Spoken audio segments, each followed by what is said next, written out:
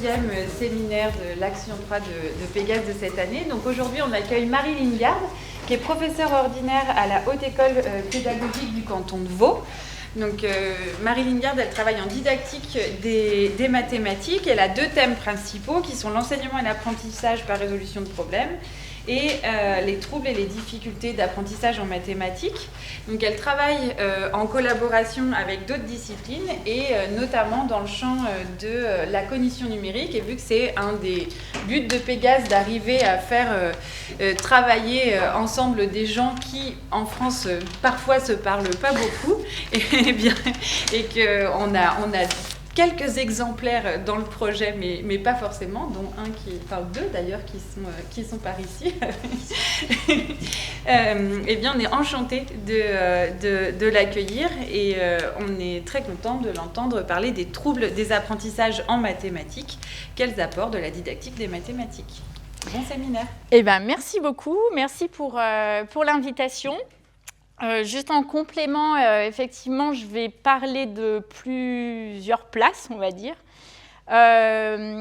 D'une part, d'une équipe dans laquelle je travaille avec d'autres didacticiens des mathématiques, une équipe italienne, une équipe française et donc une équipe suisse.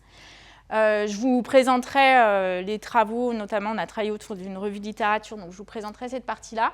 Et puis, en fait, je suis venue à me questionner sur les troubles des apprentissages, puisqu'il y a quelques temps maintenant, j'étais chercheur au CRNL, qui est le Centre de recherche en neurosciences de Lyon, et là, j'ai travaillé, enfin, la plupart de mes collègues étaient soit neuroscientifiques, soit en psychologie cognitive, psychologie du développement.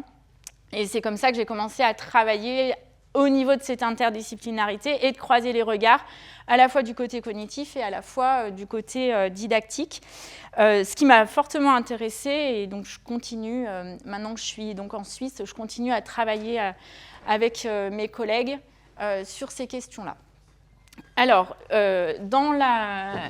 Ah, ça passe plus, ça y est.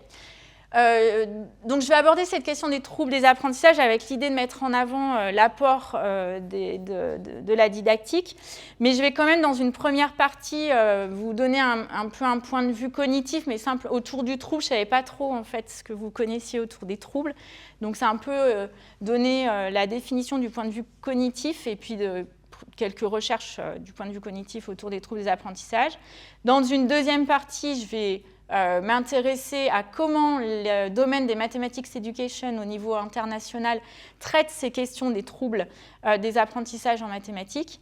Et puis, dans une troisième partie, je vais me focaliser, c'est pour ça que j'avais mis didactique dans le titre, je vais me focaliser en fait sur des travaux issus de la didactique francophone en Suisse et en France, où il y a quelques travaux récemment qui ont abordé ces questions-là, donc à l'intérieur du champ plus global, on va dire, et international des Mathematics Education. Alors, dans la première partie, donc l'idée, c'est d'essayer de définir un peu ce qu'on met derrière troubles des apprentissages en mathématiques. Alors déjà, il y a plein de terminologies différentes. Donc du côté anglo-saxon, on va avoir dyscalculia, developmental dyscalculia, mathematical learning disorder, ou alors difficulties ou disabilities. Et puis, dans la littérature francophone, on va avoir troubles spécifiques d'apprentissage en mathématiques, troubles développemental d'apprentissage en mathématiques, dyscalculie, troubles de la cognition numérique ou de l'acquisition de l'arithmétique, troubles du calcul.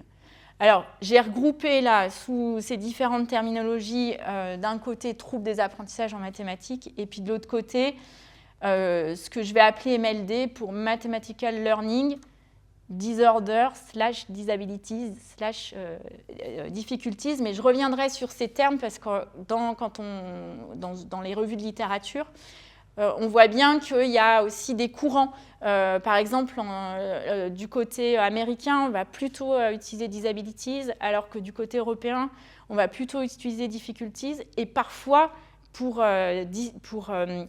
parler des mêmes troubles ou des mêmes populations, identifier des mêmes populations.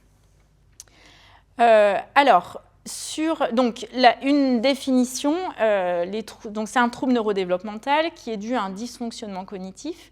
sans déficit neurologique acquis, d'où le terme développemental, qui va provoquer des difficultés importantes en mathématiques. Il y a essentiellement deux manuels qui vont permettre de faire des diagnostics. Il y en a un qui est plutôt européen, c'est celui de gauche, et puis l'autre qui est le DSM-5 qui est américain. Globalement, dans les recherches, c'est plutôt le DSM-5 qui est utilisé, et donc je vais m'appuyer dessus pour vous donner quelques critères pour diagnostiquer ces troubles-là. Donc le premier critère, c'est le fait que l'individu va présenter une difficulté à apprendre à utiliser certaines aptitudes académiques avec la notion de persistance depuis au moins 6 mois en dépit d'interventions ciblées. C'est-à-dire qu'on va faire un test diagnostique, enfin, on va regarder les compétences de l'élève à un temps T1, on va mettre en place des interventions ciblées, donc souvent c'est fait par des orthophonistes, globalement, en tout cas pour ce qui concerne les troubles des apprentissages en mathématiques. Et puis, au bout d'un certain temps, on va refaire un bilan des compétences et puis on va regarder cette progression, on va regarder comment ça évolue et si au deuxième temps, il y a toujours un seuil important de différence par rapport à une norme pour des enfants de cet âge-là dans les mêmes circonstances. Et alors, il y a plusieurs critères, et je vous ai juste mis en bas au-dessus, c'est plutôt lecture, orthographe, expression écrite. Et puis, les deux qui concernent les mathématiques, c'est difficulté à maîtriser le sens des nombres, les faits numériques ou le calcul, difficulté dans le raisonnement mathématique, appliquer des concepts ou des faits dans la résolution de problèmes. Je ne vais pas rentrer dans les détails des tests, parce qu'il en existe plusieurs et puis qu'il y aura énormément de choses à dire, surtout d'un point de vue didactique, mais je ne vais pas faire ça aujourd'hui. J'aime bien cette citation, je la mets souvent pour essayer d'illustrer ce que peut ressentir une personne qui a un trouble d'apprentissage en mathématiques. Je suis mauvais en calcul mental, le plus souvent je compte dans ma tête. Par exemple, quand on me demande d'additionner 16 plus 18, je peux faire le 10 plus 10 sans problème, ça fait 20. Mais le 6 et 8 sont difficiles, alors cela prend du temps. Je dois les ajouter au 20 et en même temps me souvenir, sous-entendu de combien ça fait, le 6 plus 8. Et quand ça devient plus difficile avec les divisions, j'abandonne complètement.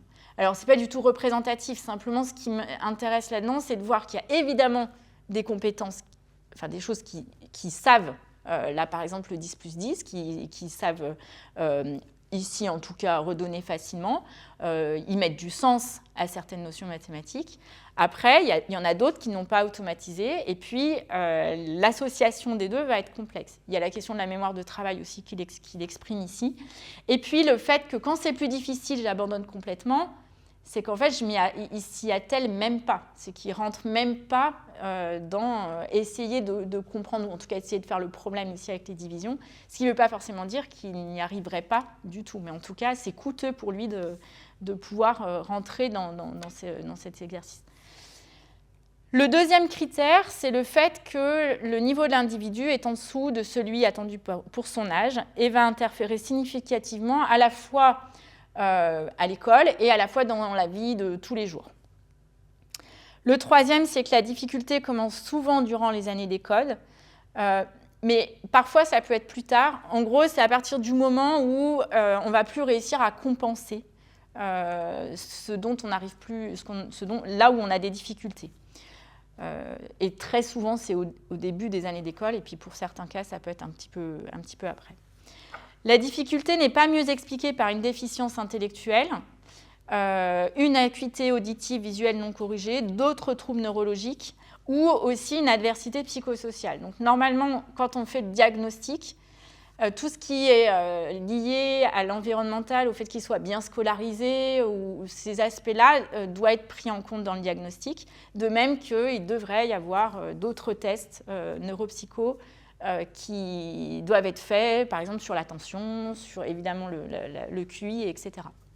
Je dis normalement parce que dans les diagnostics, en tout cas de ce que j'ai vu en France et en Suisse, ce n'est pas toujours fait quand on pose des diagnostics. Donc pour un petit peu conclure, ce trouble-là, les difficultés vont interférer avec les activités de la vie quotidienne et de l'école. Elles vont être persistantes dans le temps, résistantes par rapport à des interventions ciblées qu'on va mener. durables, et elles ne sont pas dues à une déficience autre, intellectuelle ou sensorielle, et pas dues à des difficultés plutôt liées à l'environnement. Et ça a commencé généralement tôt. La prévalence est environ, ça dépend des études, on va dire entre 3 et 7% des enfants, et c'est fréquemment associé à d'autres troubles.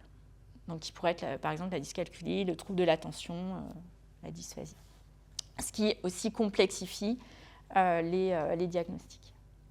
Du point de vue des causes, actuellement, il y a deux, je ne sais pas si je ne veux pas faire sa théorie, mais deux explications plutôt. Une qui serait plutôt du côté d'un déficit des mécanismes cognitifs qui sont liés au traitement du nombre. Donc, par exemple, un déficit dans le système numérique approximatif, c'est notre capacité à estimer, à approximer des quantités. L'accès aux quantités à partir des symboles, alors que ce soit le langage oral ou le langage écrit, le traitement de l'ordre et le subitizing, donc la reconnaissance de petites quantités. Et de l'autre côté, des causes qui seraient dues à un déficit de mécanismes cognitifs qui supportent des traitements plus généraux, que, par exemple la mémoire de travail, le raisonnement, le langage ou le domaine visio-spatial.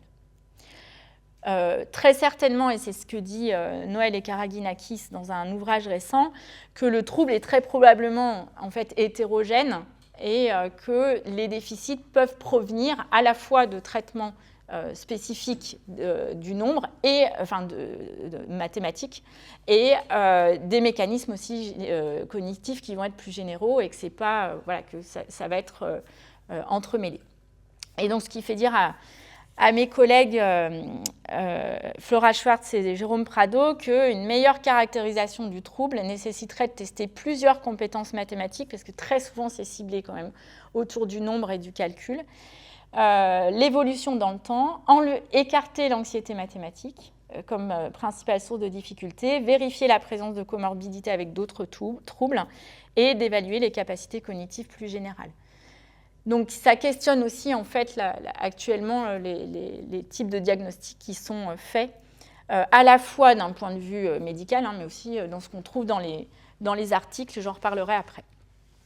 Voilà, pour conclure sur ce point de vue cognitif, ce qu'on voit, c'est que finalement, alors, je ne l'ai pas dit là, mais donc les recherches portent autour de l'identification du trouble, la prévalence, l'étiologie, l'effet d'intervention, globalement. Qu'il y a des consensus, je vous ai là en gros montré ces consensus-là, mais qu'il y a aussi beaucoup de débats encore sur notamment connaître l'origine du trouble, les causes, etc. Voilà pour cette première partie.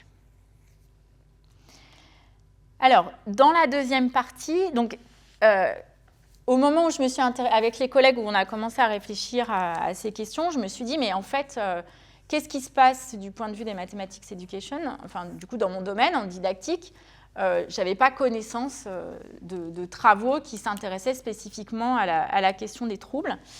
Et donc, avec des collègues donc de l'équipe PRITEAM que j'ai présentée tout à l'heure, donc à l'époque, j'étais en France, donc avec des collègues suisses et des collègues italiens, on s'est dit, il serait peut-être intéressant d'aller regarder ce qui se fait du côté du champ de l'éducation en mathématiques, pour voir comment ils traitent ces questions du trouble des apprentissages en mathématiques. Puisque du côté cognitif, on est centré sur le sujet, et puis en didactique, on a l'habitude d'aller regarder le système avec, si on est en classe notamment, l'enseignant, le savoir, et donc finalement, ce système-là, du point de vue cognitif, était absent.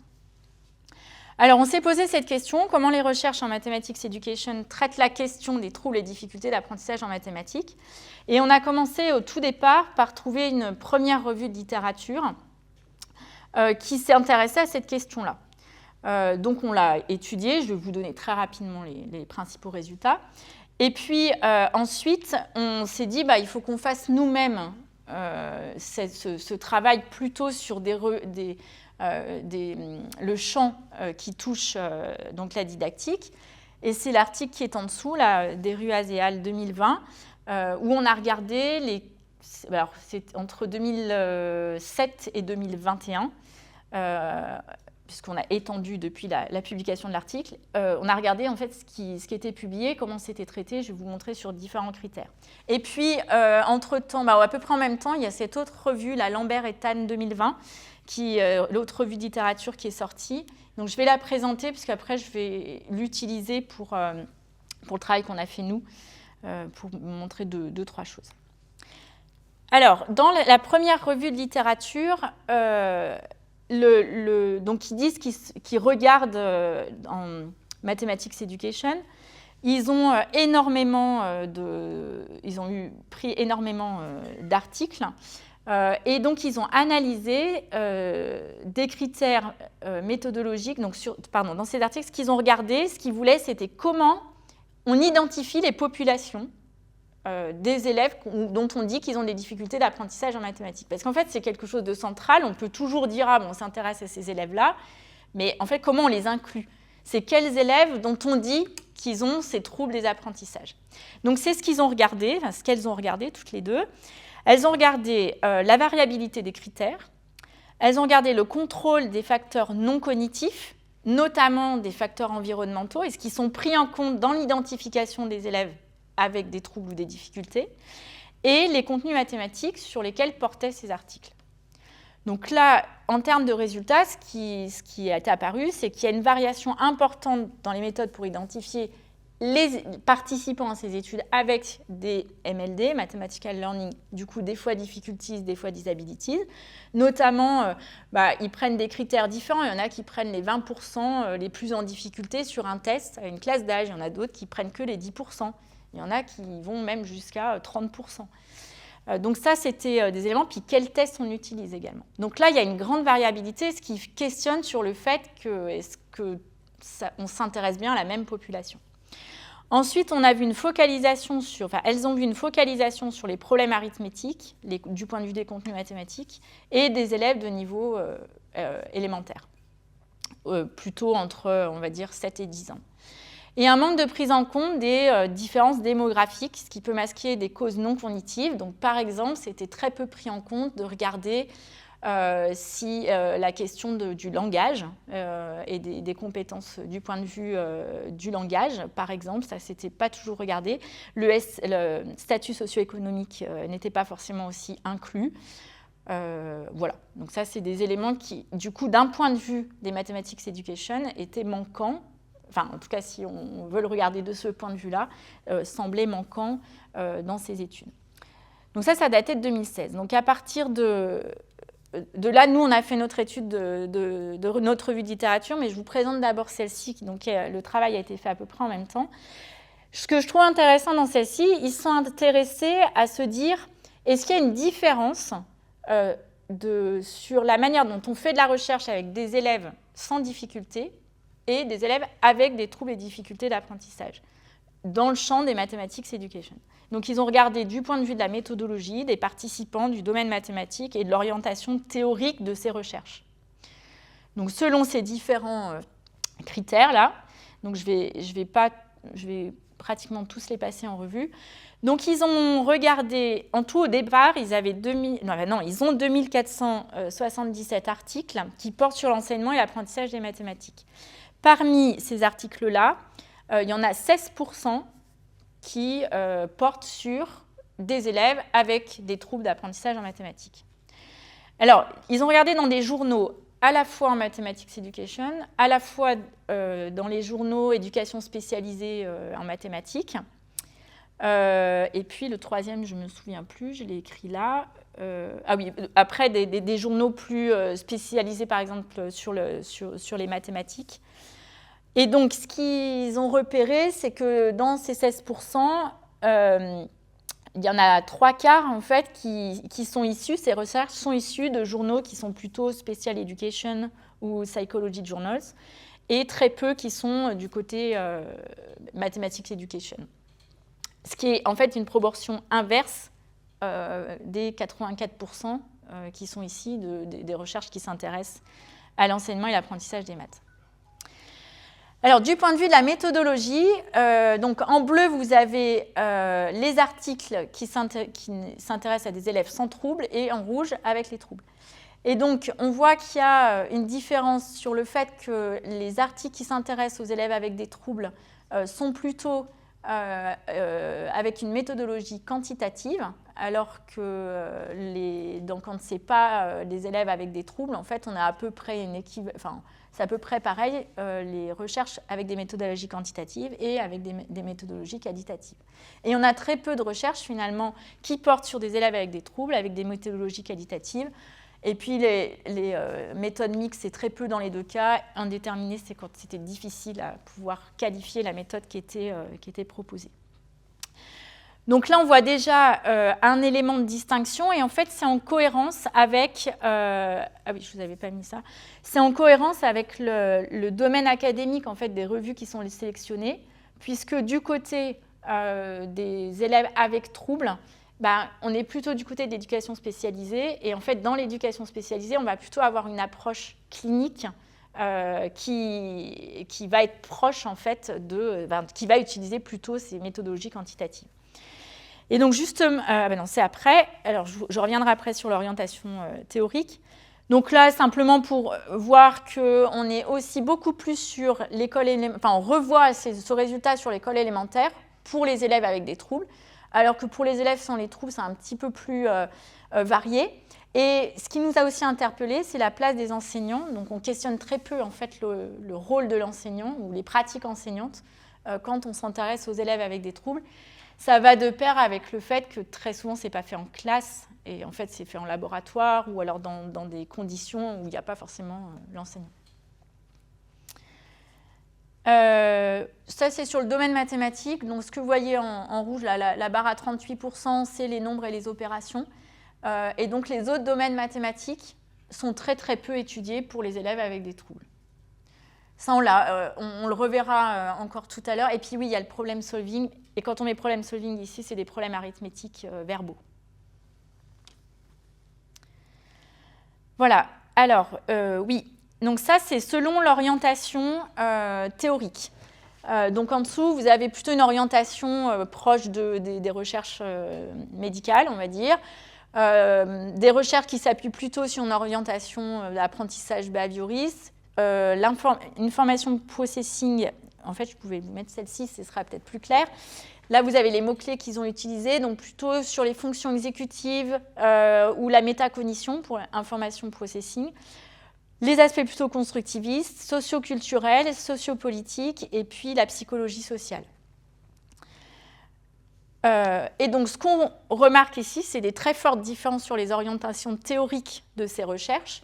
Donc, du côté des études où il n'y a pas d'élèves avec des troubles, enfin une population sans troubles, on a une forte dominance des orientations constructivistes et socioculturelles, alors que du côté des recherches sur des élèves ayant des troubles, on est plutôt du côté médical et behavioriste. Et puis l'information processing, donc d'aller s'intéresser aux fonctions exécutives, à la métacognition. Donc ça, c'est ce que je disais tout à l'heure, c'est aussi relié aux revues et c'est aussi relié au fait que ces articles-là sont publiés dans des revues spécifiquement éducation spécialisée qui, au départ, en fait, la recherche sur les troubles est partie de ce côté-là.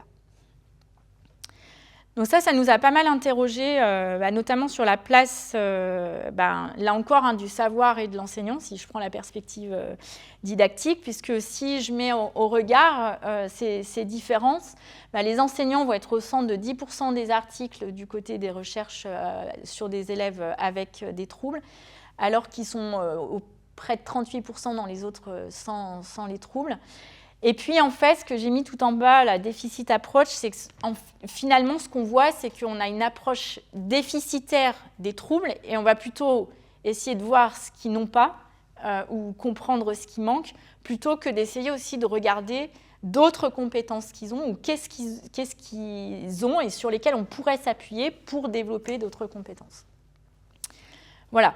Donc, une des conclusions de ces auteurs dit en fait, il faut qu'on développe des études avec des approches théoriques plurielles, notamment plus constructivistes, socioculturelles et sociopolitiques sur ces populations d'élèves avec des troubles, avec des méthodes de recherche là également plus variées. Alors, dans notre revue de littérature, nous, on s'est limité à 12 revues internationales en Mathematics Education, et on a fait ça donc entre 2007 et 2020. Très vite, ce qu'on s'est dit, bon, je ne vous ai pas raconté tout dans la revue de littérature, mais à chaque fois, comment on se fait une revue de littérature, c'est qu'on va utiliser des mots-clés pour faire ressortir les articles. Ensuite, on étudie ces articles. En les étudiant, il y en a certains qu'on va remettre de côté parce qu'ils ne traitent pas du sujet dont on souhaite parler. Puis à la fin, il nous reste un petit stock d'articles qu'on va étudier encore plus en profondeur. Très vite, on s'est dit, qu'est-ce qu'on va choisir comme mot? Parce que les revues précédentes n'avaient pas mis, en tout cas la toute première, là, que je vous ai montré, Lewis et Fisher, ils n'avaient pas mis difficulties. Or, nous, on s'est dit, si on ne met pas ce terme en Mathematics Education, on va avoir pratiquement aucun article, alors que parfois, en fait, ce que je vous disais sur les seuils, ils appellent difficulties, mais les seuils sont bien les mêmes que ceux qui mettent disabilities. Donc, on a décidé d'élargir ce qu'on allait appeler comme Mathematical Learning Difficulties ou Disabilities en Mathematics Education. Donc, on a fait 3 catégories. Il y a une catégorie qu'on a appelée Math Disorder, c'est ceux qui ont un diagnostic. Donc là, on est très proche en fait de la définition dont je vous ai donnée tout à l'heure d'un point de vue cognitif. Alors, toujours avec la même difficulté quand même sur comment je vais définir avec les seuils, etc. Ensuite, il y a des enfants diagnostiqués avec des difficultés d'apprentissage persistantes, mais qui ne sont pas spécifiquement liés aux mathématiques, mais qui ont quand même un impact sur les mathématiques. Et ceux-là, on s'est dit, il faut aussi qu'on les prenne en compte. Donc, c'est ceux qu'on a appelés learning disabilities, c'est-à-dire des difficultés d'apprentissage qui sont persistantes, mais non spécifiquement en maths, mais qui ont un impact sur les mathématiques. Et puis, il y a tous ceux qui n'ont pas de diagnostic, pour différentes raisons, mais qui pourraient très bien avoir un diagnostic. Et donc, on a appelé Severe Math Difficulties. C'est des enfants qui vont réussir beaucoup moins bien que les autres élèves lors d'évaluations mathématiques. Souvent, aux États-Unis, en fait, ces élèves-là, ils les prennent, puisque comme ils ont des assessments par établissement, par région, ils utilisent ces tests-là pour identifier les élèves qui vont mettre dans la catégorie trouble. Et donc, c'est des difficultés d'apprentissage qui vont être spécifiques aux mathématiques, mais dont on ne sait pas si elles sont persistantes ou pas, ou depuis combien de temps elles sont persistantes, parce qu'on n'a pas l'information. Donc, notre panel, c'est l'ensemble de ces personnes-là. Bon, je vais vous passer ça. Simplement, on est parti, donc on a 12 revues. On est parti de 742 articles dans lesquels nos mots-clés qui sont en bleu au-dessus, dans les titres, les résumés et les mots-clés, on fait ressortir. On a analysé sous différentes formes ces articles et à la fin, il en restait 35, dont 5 méta-analyses. Alors, je vous donne quelques résultats. Donc, par rapport aux 3 catégories que je viens de vous décrire, finalement, vous voyez, les proportions sont à peu près équivalentes entre Severe Math Difficulties, Math Disorder et Learning Disabilities, ce qu'on n'avait pas forcément anticipé. Mais ce qui veut dire aussi que ces 3 catégories ont du sens. Et puis, ce qu'on a vu sur les 5 dernières années, c'est un accroissement des recherches à l'intersection de Math Disorder et Severe Math Difficulties, c'est-à-dire des études qui mettent dans le même package à la fois des élèves Math Disorder et à la fois des Severe Math Difficulties, mais ils le disent clairement. Ceux-là, ils ont un diagnostic, ceux-là, ils n'ont pas de diagnostic, mais on les considère quand même pour différentes raisons. Alors ça, c'est ce que je vous disais tout à l'heure. Je ne vais pas rentrer dans les détails, mais c'était simplement pour dire que les recherches américaines vont plutôt utiliser Learning Disabilities, alors que les recherches européennes vont plutôt utiliser le terme Difficulties. Même si dans les dernières années, on a vu qu'aux États-Unis, ça commençait aussi à bouger un petit peu sur le terme Disabilities. Ça confirme les résultats d'une autre étude européenne qui mettait en évidence justement ces différences d'utilisation des termes et donc plus loin en fait d'approche d'orientation théorique en Mathematics Education sur ces questions-là. On a aussi regardé le niveau scolaire. Sans surprise, on a le même résultat que les collègues qui ont fait le travail en même temps que nous. Sur l'école primaire, beaucoup, un petit peu au début du collège. Et puis, on les met en relation avec les contenus mathématiques. clairement, vous voyez, les problèmes arithmétiques et l'arithmétique, c'est ce qui va être prépondérant. On a quand même vu pas mal d'articles sur les fractions. Et puis, on en a 2 en pré-algèbre-algèbre, 2 sur le raisonnement, donc raisonnement proportionnel. Donc ça, on commence à aller un petit peu plus à diversifier, mais ça reste toujours dans le champ numérique. On n'a rien, par exemple, sur la géométrie. Ce qui est peut-être une des raisons, c'est peut-être que ces élèves n'ont pas trop de difficultés en géométrie, hein, peut-être. Mais en tout cas, on n'a pas de données là-dessus. Alors là, je mets en parallèle par rapport aux méthodes dont je vous ai dit tout à l'heure dans l'article des collègues de 2020. Donc là, en bleu, c'est les résultats de tout à l'heure, donc les élèves avec des troubles chez Lambert et Tan. Et en orange, c'est nos résultats. Et donc, ce qu'on voit, en fait, en allant dans des revues qui vont être plus proches, en tout cas, on n'a pas été regardé dans des revues spécifiques de l'enseignement spécialisé, par exemple. Donc, sur des revues qui vont être, on va dire, plus du côté didactique, on voit aussi une inversion des méthodes qualitatives et quantitatives entre nos deux études. Et on a on voit aussi ces différences-là sur les orientations théoriques. Alors, le behavioral reste très important. Par contre, on a un peu plus de constructivisme dans les articles qu'on a regardés et beaucoup moins de médical. Sur l'aspect behavioriste, en fait, c'est que, je l'ai mis après, si on regarde du point de vue, alors ça, c'est le nombre d'articles qui s'intéressent à l'identification des difficultés ou à l'intervention auprès d'élèves qui ont des difficultés ou à caractériser les élèves, par exemple, caractériser un peu leur activité mathématique, ce qu'ils sont capables de faire là où ils ont des difficultés, si c'est spécifique des élèves avec des troubles ou pas. Et ce qu'on a vu sur les élèves avec sur les interventions, en fait, la plupart se situent plutôt hors la classe, avec des interventions individuelles ou en petits groupes, souvent assez intensives, qui sont effectuées par le chercheur, en plus de l'enseignement ordinaire. Et celles-ci, souvent, ils ont une orientation théorique behavioriste. Je suis consciente que je caricature un petit peu, mais je reprends l'intitulé qu'ils avaient donné dans l'article.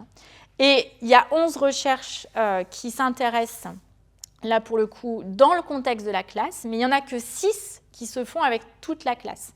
Les autres, c'est au sein de la classe, mais on va intervenir individuellement ou intervenir en petits groupes. Elles sont proposées par le chercheur, ces interventions. Par contre, elles sont mises en œuvre par l'enseignant, soit l'enseignant ordinaire, soit l'enseignant spécialisé. Donc, quand c'est en individuel ou au petit groupe, c'est souvent l'enseignant spécialisé qui intervient dans la classe. Ou dans le cours ordinaire, dans le cours ordinaire des mathématiques, c'est-à-dire que ce n'est pas en plus, j'ai mis sauf 2 études, où là, c'est une intervention en plus. Et ça, par exemple, dans beaucoup d'études sur les interventions, c'est difficile de savoir si c'est en plus de l'enseignement dispensé, déjà, ou si ça remplace quelque chose de l'enseignement dispensé. Ce qui est dans les études d'intervention avec des groupes contrôle, notamment, c'est quand même pas la même chose de savoir si c'est des heures de mathématiques supplémentaires ou si c'est quelque chose qui vient remplacer une partie de l'enseignement qui est dispensé de manière ordinaire. Voilà, alors pour conclure sur cette partie, ce qu'on voit, c'est qu'on a des recherches qui sont plutôt récentes. La première revue de littérature, c'était sur 40 années, mais ils n'avaient pas tant d'articles que ça, qui commencent à s'accroître, avec une approche théorique qui est assez centrée sur l'individu et l'étude des déficits, des études de recherche qui vont être plutôt quantitatives et principalement pour développer ou tester des interventions. Mais finalement, ce qu'on voit là, en tout cas dans notre revue de littérature, ce qu'on a vu, c'est qu'il y a peu de prise en compte des pratiques enseignantes ou du contexte de la classe. Il y a peu d'études qui s'intéressent à l'articulation de l'identification et des interventions. Je ne sais pas pourquoi j'ai répété du rôle de l'enseignant, mais aussi en fait, le 2, là, on pensait qu'on allait en trouver plus du côté Mathematics Education, le fait de se dire, plus j'arrive à identifier précisément les difficultés, plus je peux réussir à proposer des interventions adaptées aux besoins de ces élèves. Et finalement, il y en a peu, certainement parce que c'est complexe, entre autres, et puis des contenus mathématiques qui seront restreints, liés au niveau scolaire primaire, et principalement basé sur l'arithmétique. Alors ça peut être lié au fait aussi qu'on va s'intéresser aux premiers apprentissages en mathématiques, au fait que c'est à ce moment-là que se déclenche aussi la visibilité de ces difficultés-là.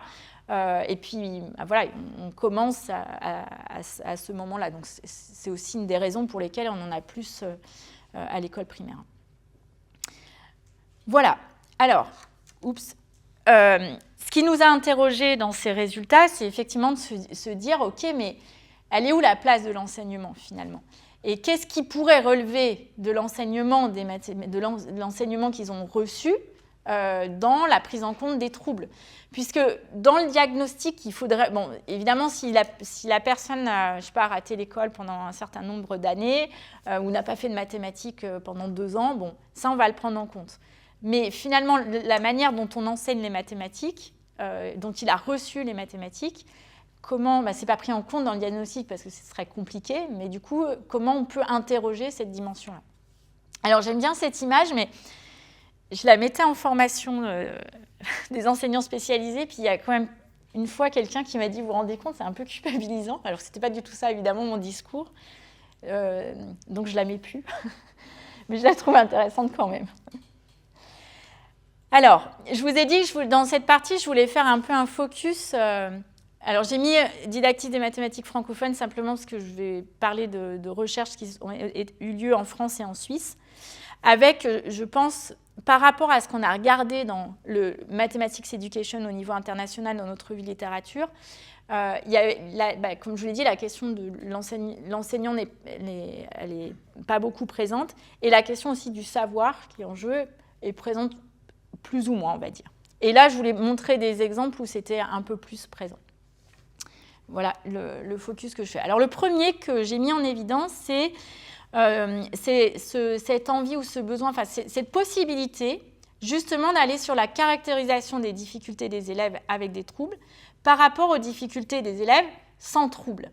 Est-ce qu'en fait, les difficultés, elles sont spécifiques à ces élèves avec des troubles, ou finalement, c'est les difficultés que presque tout le monde, enfin en tout cas une bonne partie des élèves peuvent rencontrer au début de l'apprentissage d'une notion et que en fait, ça perdure et qu'on a du mal à aller au-delà, certainement. Mais est-ce qu'il y a des éléments qui vont être plutôt spécifiques ? Alors, je vais vous montrer une étude mais qui n'est pas faite avec des élèves, mais qu'on est en train de conduire actuellement avec des élèves. Mais on a commencé donc, avec une de mes anciennes doctorantes et mon collègue Jérôme Prado. On s'est intéressé à la question des fractions. Dans la thèse, c'était plus large que ça, mais on avait interrogé des adultes et donc on a fait une petite étude autour des connaissances sur les fractions qu'ont des adultes avec et sans troubles d'apprentissage. Et donc, on est en train de reproduire actuellement cette même étude avec des élèves, et là, avec des élèves sur les 3 pays, France, Italie, Suisse. Mais ici, je vous parle juste de la France. Et donc, l'idée, c'était d'identifier les difficultés persistantes rencontrées par des adultes avec troubles dans l'apprentissage des fractions et de voir si les adultes pouvaient développer des stratégies compensatoires pour atténuer certaines difficultés. Alors, c'est un tout petit échantillon. On avait 18 adultes sans troubles et 18 adultes avec troubles. On a fait une session en laboratoire de 3 heures. Dans la première session, on leur a fait passer des tests cognitifs, de la fluence en calcul, de la fluence en lecture. Ça, c'était pour s'assurer qu'ils avaient bien un trouble, en fait. Parce que certains avaient des diagnostics, et puis on a retesté sur des sous-tests pour être sûr qu'on pouvait les mettre, selon nos critères, dans le groupe adulte sans trouble ou avec trouble. Et dans la deuxième session, ils ont passé un test sur les compétences en fractions, que j'avais développé par ailleurs dans le cadre de la thèse de Parnica, où on teste un certain nombre de questions, donc des connaissances plutôt conceptuelles sur les fractions, des opérations sur les fractions, placer, repérer une fraction sur une droite graduée, passer de l'écrit à l'oral, de l'oral à l'écrit, et de la résolution de problèmes. Ce n'est pas ça qui va m'intéresser, mais c'est juste, je vous montre en fait les résultats qu'on a, c'est que sur les opérations avec les fractions et sur le placer, repérer une fraction sur une droite graduée, on a une différence très forte entre les deux groupes, en défaveur des adultes avec MLD et en résolution de problèmes. Mais là où le regard didactique va être intéressant, c'est qu'on est allé regarder les erreurs, donc les erreurs que les adultes faisaient dans les deux groupes sur des questions spécifiques et de regarder justement s'il y avait des choses qui étaient du même ordre ou pas. Sur les questions 8 et 9 et 10, je vous en mets une là, trouve une fraction qui correspond au point repère ABC. Et donc ça, par exemple, le fait de prendre comme unité 0,3 et pas 0,1, donc en fait, la personne pense que c'est l'ensemble de ce segment qui est du coup coupé en 12, qui est l'unité, et pas donc le 0,1. Par contre, il sait trouver une fraction équivalente, parce que le 2/12e, il sait écrire un 6e. Et bien ça, par exemple, c'est des erreurs qu'on n'a pas retrouvées dans le groupe qui n'avait pas de difficulté. Il y en a qui ont échoué. Hein. Alors, bon, après, on peut regarder aussi, on voit que dans le groupe sans difficulté, il y en a 11 qui font tout juste. Là, il n'y en a aucun qui fait tout juste. Et puis surtout, il y en a beaucoup qui ne font pas. Et puis, il y en a beaucoup qui font beaucoup d'erreurs. Et les erreurs qu'on a retrouvées, là, c'était des erreurs qu'on a retrouvées dans le groupe des adultes avec trouble et pas dans l'autre. Alors, encore une fois, notre échantillon est très petit, je le répète. Hein. Donc, cette erreur-là, par contre, c'est une erreur qu'on va retrouver au début de l'apprentissage avec des élèves. L'autre erreur qu'on a vue, c'est celle-ci. Donc là, en fait, il met des cinquièmes parce qu'il compte les graduations, donc 1, 2, 3, 4, 5, pour dire que c'est coupé, gradué en cinquième et pas en quart. Ça, c'est pareil, c'est une erreur qu'on a... Il n'y en a eu aucun dans le groupe des personnes sans trouble. Là aussi, c'est des erreurs qu'on peut retrouver au début de l'apprentissage chez les élèves. Un autre exemple ici, c'est sur décomposer une fraction en un entier plus une fraction plus petite que 1, ou à l'inverse, calculer combien fait un entier plus une fraction plus petite que 1. Donc là aussi, on voit qu'il y en a 10, donc la moitié, qui font complètement tout faux. Et puis là, c'est un peu plus équilibré de l'autre côté. Mais ce qui est intéressant, alors là, pour le coup, on n'a pas regardé que les erreurs, mais on a aussi été regarder, on l'a comparé avec une autre question qui était de cet ordre-là. Et là, ce qu'on voit sur celui-ci, quand il y a les représentations ici avec des surfaces, il fait juste, presque tout, je crois que moi aussi, c'est bon. Et puis, par contre, quand on est du côté sans représentation, bah là, c'est tout faux. Et il y en a un autre, c'est aussi intéressant, c'est que là, en fait, il se fait les représentations, et dans ce cas-là, il arrive à répondre correctement sur ces décompositions. Là, bon, il fait des erreurs, mais en tout cas, il va chercher le recours aux représentations pour pouvoir réussir. Voilà. Et puis ça, c'est l'addition. Alors ça, c'est quelque chose, c'est pareil, on n'a pas du tout vu dans le groupe qui n'a pas de trouble. Donc globalement, ceux qui font correctement, donc les 6 ici, c'est de cet ordre-là. Quand c'est le même dénominateur, ils savent faire. Et quand ce n'est pas le même dénominateur, ils ne savent pas faire. Bon, ça, c'est pareil, c'est des difficultés très classiques du côté des élèves. Mais ce qui a été assez étonnant, c'est qu'on en a plusieurs qui font ça aussi pour les fractions de même dénominateur. Donc, ils appliquent, et ça, dans l'autre groupe, on ne l'a jamais eu. Donc, il y en a plusieurs qui ont fait ça. Et là, ce qui est intéressant, c'est qu'il sait qu'il faut mettre au même dénominateur. Donc, il sait qu'il y a une procédure où il faut mettre au même dénominateur, et après, il ajoute les dénominateurs. Donc, bon, je vous ai fait un peu un panel, mais il y a aussi la question de l'instabilité des procédures.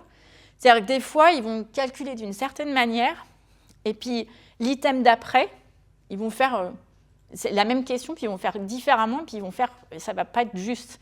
Donc, il y a une incohérence de certaines procédures et une instabilité de différentes procédures. Donc, en fait, si on veut vraiment essayer de caractériser, de bien comprendre, il faut faire un travail qui va beaucoup plus loin que la première étape du juste ou faux. Alors, finalement, on en avait conclu que, sur notre échantillon, encore une fois, On a d'importantes difficultés dans la compréhension de la grandeur d'une fraction, donc notamment les tâches avec placer, repérer sur une droite graduée, et dans les opérations, avec des erreurs qui sont très spécifiques pour certains types de tâches, spécifiques dans le sens aux adultes là, qui avaient des troubles, des procédures de calcul qui ne sont pas stables et qui sont incohérentes d'un item à l'autre, une performance plus faible sur la résolution de problèmes verbaux. Là, on n'a pas pu vraiment aller plus loin parce qu'en fait, ils mettaient souvent que la réponse, donc on n'avait pas accès à comment ils ont résolu. Et puis, par contre, on n'avait pas de différence pour ce qui concerne la comparaison, par exemple, le passage d'une représentation à une autre, et le transcodage écrit-oral, ça, il n'y avait pas de différence. Ni dans la manière de résoudre, d'ailleurs, ni dans le juste ou faux. Enfin, la réussite, pardon. Voilà pour ce premier exemple. Alors, le deuxième exemple, c'est de pousser plus loin en fait, cette réflexion sur l'analyse de l'activité mathématique des élèves, avec cette question de se dire aussi, mais ok, peut-être qu'à ces endroits-là, ils ont des difficultés, mais peut-être qu'à d'autres endroits, ils ont des compétences sur lesquelles on peut s'appuyer. Et vraiment, la réflexion de se dire, mais comment finalement on peut construire aussi des tâches qui vont nous permettre d'identifier ces activités-là. Et donc là, je vais m'appuyer sur les travaux d'une de mes collègues qui a soutenu il y a 2 ou 3 ans, 2 ans je crois, en 2022, sur la pensée algébrique chez des élèves qui présentent des troubles d'apprentissage en mathématiques. Et donc, elle a fait sa thèse entre Paris et Lausanne. Et les données qu'elle a récoltées sont des données suisses. Je dis ça parce que c'est un contexte particulier toujours par rapport à ces élèves, parce qu'ils sont dans des contextes, l'école inclusive est plus ou moins développée dans les 2 pays, mais ça implique quand même parfois des différences d'environnement. Alors, j'ai sorti un peu 2 questions. Quelles compétences et quelles difficultés ont les élèves avec des troubles dans la pensée algébrique et quels types de généralisations sont utilisés par des élèves avec troubles dans l'étude d'un pattern géométrique. Je vous montre tout de suite. Je vais me concentrer sur cette tâche-là. Voilà ce qu'elle a proposé à des élèves avec des troubles. Donc, ça en tout cas, assez classique. On a un premier carré qui est fait avec 4 pailles, et puis on accole un deuxième. Donc, pour faire 2 carrés, il ne faut pas 8 pailles, mais 7 pailles, puisque celle du milieu, il n'y en a qu'une. Et puis, à chaque fois, on ajoute 3 carrés. Donc, en gros, si n, c'est le nombre de carrés, le nombre de pailles, c'est 3n plus 1. Et donc, on pose des questions pour une suite de 4 carrés, 5 carrés, 12 carrés, 100 carrés. Est-ce qu'en connaissant le nombre de carrés, est-ce qu'on peut toujours trouver le nombre de pailles? Alors, je vous présente le cas d'une élève, Ambre. Elle a 14 ans, elle est scolarisée en 11e VG1, ce qui correspond à la 3e en France. Mais en Suisse, il y a 3 niveaux et c'est le niveau le moins bon. Il n'y a pas vraiment d'équivalent en France, mais voilà, un élève de 3e qui est plutôt, qui généralement, dans sa moyenne générale, a plutôt des difficultés. Elle est diagnostiquée avec une dyslexie, avec une dyscalculie, avec une hypotonie musculaire, peut-être. Elle ne fait plus les cours d'allemand depuis l'école primaire et plus de cours d'anglais. Donc ça, c'est des programmes personnalisés pour des personnes en difficulté. Elle a de grandes difficultés en mathématiques et des résultats instables selon le contenu mathématique. Et l'enseignante la qualifie comme ça quand elle décrit cet élève. Elle dit que c'est la pire de la classe. Elle réussit particulièrement bien en dessin. Elle a des difficultés dans la compréhension des marches à suivre et des énoncés. Et quand on lui propose cette tâche juste avant des carrés, là, elle n'a pas du tout rencontré le calcul littéral. La manière dont elle a mené l'étude, elle a fait un entretien avec cet élève en lui présentant donc cet exercice. Et puis, quand il y avait un dialogue qui s'est instauré entre la chercheure et l'élève dans la réalisation de l'exercice. Alors, je vous montre 2-3 éléments. Évidemment, je n'ai pas le temps de tout détailler. Mais... Donc, elle réussit. Je vais essayer de vous montrer ce qu'elle réussit et là où elle a des difficultés. Elle fait la modélisation pour 4 carrés et 5 carrés. Ce qui est très intéressant, c'est que ça va réapparaître plus tard. Donc là, elle a fait un dessin, mais en fait, elle ne dénombre pas. Elle écrit 4, 4, 3, 2, en se disant, il y en a 4 en haut, il y en a 4 en bas, il y en a 3 au milieu, et les 2 sur les côtés. Ça fait 13. Elle fait la même chose pour 5. Et ensuite, pour 12, elle fait ça. Alors, sur sa feuille, elle est obligée de passer à la ligne. Donc, du coup, elle en compte 2 en trop, puisqu'elle est obligée de passer à la ligne. Donc là, la chercheure lui dit, est-ce que tu es sûre? Alors, bref, il y a toute une discussion pour qu'elle se rende compte que finalement, ça ne fait pas ce qu'elle a dit. Voilà. Donc, elle fait une erreur dans la modélisation, mais par contre, elle explique bien, quand elle lui dit « mais t'es sûre, comment t'as trouvé ?» Elle arrive à expliquer qu'elle a bien compris qu'il ne fallait pas compter toutes les pailles au milieu. Enfin, elle sait très bien expliciter. Elle dit il faut que je compte une toutes les 2 pailles, mais en fait, elle n'arrive pas à l'écrire. À ce moment-là, elle se rend compte de l'erreur qu'elle a faite. Et puis après, donc elle refait, là on ne voit pas bien, mais il y a 12 carrés, elle le refait. Et vous voyez, elle réutilise cette écriture-là. 12, 12. Alors au début, elle avait mis 6. C'était son une toutes les 2 pailles. Donc elle avait divisé par 2. Et puis après, elle barre par 11. Et là, elle écrit 22. Et ça ne l'a pas questionné. Donc sur toutes les questions au niveau du calcul et de se poser la vraisemblance du calcul, elle est en difficulté là-dessus. Après, on lui demandait... Ouais, erreur de calcul pour 12 carrés. Ensuite, elle fait la modélisation pour 100, et là, elle s'appuie sur tout le raisonnement qu'elle avait fait pour 12, et elle trouve pour 100 sans trop de difficultés. Et après, on passe à pour un nombre quelconque. Et là, pour un nombre quelconque, en fait, elle passe dans une vision proportionnelle. Et donc, après, elle essaye pour, je ne sais plus, 5000, et là, en fait, elle utilise un raisonnement proportionnel, donc elle s'écarte complètement de tout le raisonnement qu'elle avait fait avant. Donc, avec la chercheuse, elle lui pose des questions. Mais est-ce que c'est comme tu avais fait avant? Pourquoi tu fais sous cette forme-là? Enfin bref, il y a tout un dialogue. Et puis finalement, donc on voit qu'elle a des difficultés dans la gestion du nombre inconnu. Et puis finalement, au bout d'un moment, elle arrive à modéliser pour un cas quelconque. Et ce qui est intéressant, c'est de voir ce qu'elle écrit là. Oups. Et vous reconnaissez la structure qu'elle a fait dès le départ. Donc, son nombre quelconque, c'est le petit rond, là. Donc, le petit rond, c'est les nombres des pailles au-dessus, le nombre de pailles au-dessous qui correspond au nombre de carrés. Ce nombre-là, moins 1, et les 2, toujours, qui sont sur les côtés. Et puis, là, elle met, après, elle dit égal. Alors, elle met petit rond, puis après, elle met des petits points. Mais en fait, tout son raisonnement et l'explicitation de cette structure-là, elle est présente dès le départ, et elle est capable de l'expliciter.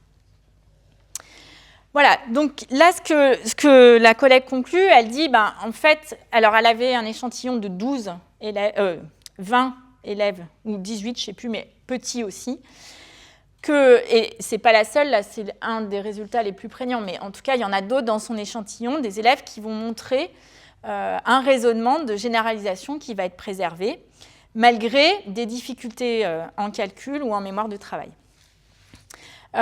Donc, ce qui lui fait dire il est intéressant de proposer des activités de généralisation pour permettre à ses élèves de mettre en œuvre des raisonnements et non uniquement de se focaliser sur le calcul. Et puis, de privilégier un travail en algèbre qui porte sur la représentation plutôt que la résolution, le processus plutôt que le résultat. Alors, vous me direz, oui, mais ça serait pour tous les élèves. Oui, effectivement, ce serait pour tous les élèves.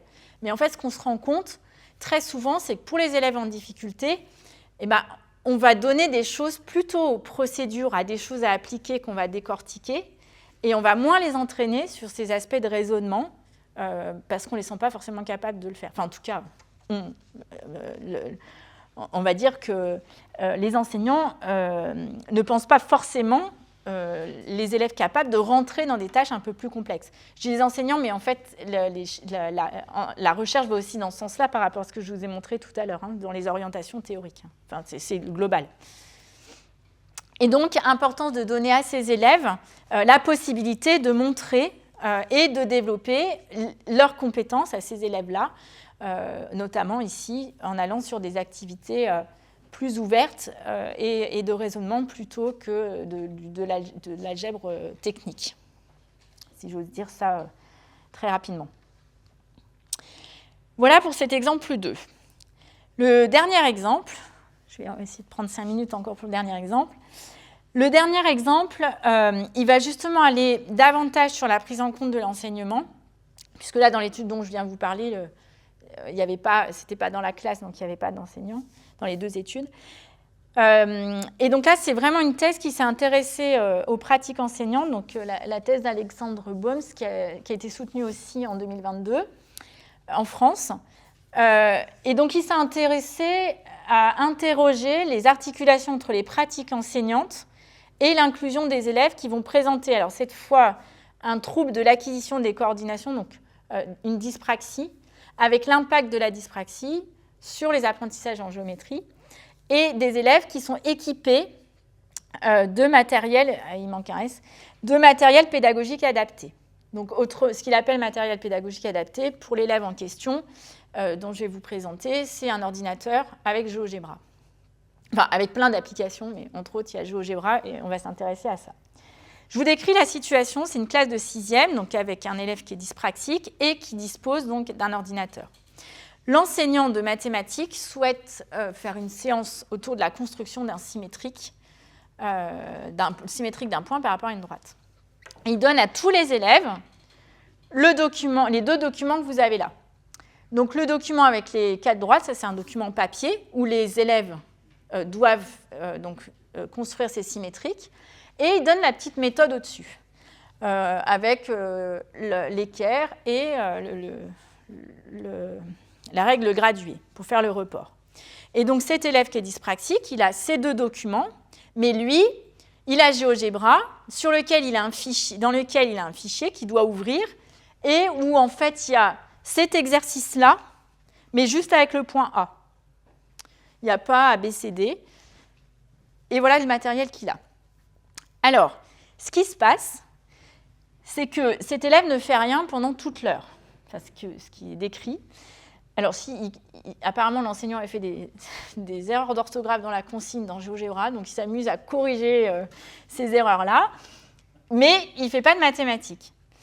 Et en fait, le problème, c'est que la méthode qu'il a reçue avec l'équerre et la règle graduée, il ne peut pas l'appliquer dans GeoGebra, puisqu'il n'y a pas d'équerre, et puisque, en fait, le report va se faire avec l'outil cercle. Alors, évidemment, il avait enlevé quand même l'outil symétrique direct. On va le faire avec l'outil cercle, et donc, en fait, il est coincé, cet élève, parce qu'il ne peut pas appliquer la même méthode que tout le monde. Donc là, ce qu'on voit, c'est en fait la question de l'accessibilité de la tâche. C'est-à-dire qu'il a un outil de compensation, là, comme le fauteuil roulant, mais il n'a pas la rampe qui lui permet finalement d'accéder à la tâche mathématique. Donc Assud, notamment, et ses collègues parlent d'accessibilité didactique pour dire que c'est l'ensemble des conditions qui vont permettre aux élèves d'accéder à l'étude des savoirs mathématiques, donc les situations d'enseignement, d'apprentissage, les ressources, etc. Ce que je trouve intéressant dans cet exemple, c'est exactement ce qui se passe ici. C'est-à-dire, OK, je peux avoir un outil de compensation, mais si on ne m'aide pas à accéder là à l'école, je serai toujours en situation de handicap vis-à-vis de l'école parce que je ne pourrai pas rentrer dans l'école. Et là, en fait, il ne peut pas rentrer dans la tâche mathématique qu'on lui propose. Alors, derrière ça, il y a la question d'adapter. Là, je prends un tout petit peu ma casquette de formatrice, mais du coup, quand j'aborde ces situations en formation, finalement, là, c'est l'environnement qui n'est pas adapté, les conditions qui ne sont pas adaptées pour que cet élève puisse accéder donc à la tâche mathématique. Et donc, adapter d'un point de vue didactique, finalement, c'est de se dire comment je vais construire le milieu, l'environnement de l'élève pour que ça lui permette des apprentissages. Et là, je m'appuie sur cette citation, adapter, c'est pas renoncer, mais c'est permettre. Et c'est permettre quoi ? De rendre la tâche accessible à l'élève, d'un point de vue accessibilité didactique, de provoquer des apprentissages et pas de le laisser dans parfois quelque chose qui pourrait être de la reproduction ou autre type d'activité, et de conserver un lien avec le groupe classe. Ça, c'est vraiment l'idée d'inclusion, c'est-à-dire de ne pas le mettre à part dans la situation d'apprentissage. Et donc, du coup, là-dessus, comment on peut adapter le milieu? Il y a la question d'identifier les difficultés mathématiques de l'élève et les points d'appui, ce qu'il sait faire, en lien avec le trouble quand il y a des troubles. Donc là, il faut connaître le trouble et les processus cognitifs associés. Analyser la tâche mathématique, et notamment, par exemple, ici, les procédures, les méthodes qu'on donne. Puisque s'il avait donné une autre méthode, il aurait peut-être pu réussir à rentrer dans la tâche. Ou s'il avait fait d'autres choses, mais je viens après, il aurait pu aussi davantage l'inclure. Donc là, c'est l'idée de trouver les besoins situés de l'élève, et puis après d'intervenir en élaborant un milieu qui va permettre les apprentissages. Alors, je reviens sur cet exemple. Du coup, l'enseignant, il s'en rend compte au bout de l'heure. L'heure est passée, il se rend bien compte qu'il n'a pas réussi. Donc, évidemment, il se pose des questions. Il se dit, bon, j'ai voulu adapter la tâche, qu'est-ce qui n'a pas fonctionné, etc. Bon, dans la thèse, il y a un entretien d'autoconfrontation, mais je vais passer là-dessus. Et puis, ce qu'il va faire l'heure d'après, c'est qu'il va mettre tout le monde sur GeoGebra et il va questionner justement de comment on va faire avec GeoGebra pour construire un symétrique ou comment on peut faire si on n'a pas les instruments qu'il avait demandé, etc. Et donc là, il va faire une séance inclusive, ce qu'on pourrait dire, où l'élève dyspraxique, finalement, n'est pas en situation de handicap. Dans ce cadre-là, en fait, tous les élèves ont une difficulté, là, pour le coup, à utiliser GeoGebra pour faire le symétrique. Alors, si là, on identifie, bon, il y a des difficultés, je ne vais pas rentrer dans les détails, mais il y a des difficultés et des points d'appui, c'est-à-dire que les élèves dyspraxiques, certes, il y a beaucoup de manipulations avec les instruments qu'ils ne vont pas pouvoir faire, mais ils peuvent faire des mouvements simples, ils arrivent à comparer des longueurs, des tailles, il y a des choses qui sont préservées. Si j'analyse rapidement, mais je peux avoir, donc, on l'a dit, ces deux méthodes, report avec la règle ou report de longueur avec le compas. Et alors, qu'est-ce qu'on pourrait faire? Là, j'ai mis un certain nombre de pistes. Soit ils pouvaient utiliser effectivement GeoGebra avec un procédé de construction différent qui serait relié à la méthode 2. Soit ils pourraient utiliser, alors dans le GeoTracé ou Cabri Express, il y a les outils virtuels, il y a une équerre et un double décimètre. Donc dans ce cas-là, s'il avait eu cette application-là, il aurait peut-être pu participer à la séance. Les travaux d'Edith Petitfour sont sur la dictée à impair de la méthode de construction. Donc il aurait pu dicter à un autre comment faire. Et puis sinon, la piste que je vous ai dit et que l'enseignant a choisie, c'est de mettre tout le monde sur le logiciel, sur GeoGebra. Voilà. Ah, bon, ça c'était juste pour dire que, parce que souvent j'ai la question de, bah oui, mais finalement, alors ça veut dire que là, il n'a pas l'objectif de réaliser la construction avec des instruments physiques. Bah oui, un élève dyspraxique, atteindre cet objectif-là de construire, de faire une construction géométrique avec des objets physiques, des instruments physiques, va lui être difficilement accessible. Donc là, on est vraiment dans la question de la compensation. Par contre, si l'objectif de l'enseignant, c'est de travailler la notion de perpendicularité et le report de longueur, bah là, finalement, il peut le travailler autrement, il n'est pas obligé de le travailler avec les instruments. Donc là, ça dépend vraiment de l'objectif qui est en jeu. Donc ça, avec les étudiants, je travaille pas mal là-dessus, sur quel est l'objectif d'apprentissage. Et du coup, de ce point de vue-là, est-ce que je suis vraiment dans de la compensation ou est-ce que finalement, je suis en train de différencier, mais l'objectif d'apprentissage qui est ciblé, c'est bien l'objectif cible et ce n'est pas un objectif périphérique. En Suisse, c'est très réglementé. Des fois, on est dans de l'adaptation et des fois, on est dans des aménagements, mais du coup, ce n'est pas du tout la même chose et c'est très différent du point de vue de l'examen qu'ils vont obtenir. Donc, c'est une question qui est très fréquente. Et là, il y a un gros travail à faire avec eux pour identifier en fait, l'objectif mathématique de la tâche en question. Voilà. J'en ai fini sur mon troisième exemple. J'ai juste un mot de la fin, et puis après, on passe aux questions.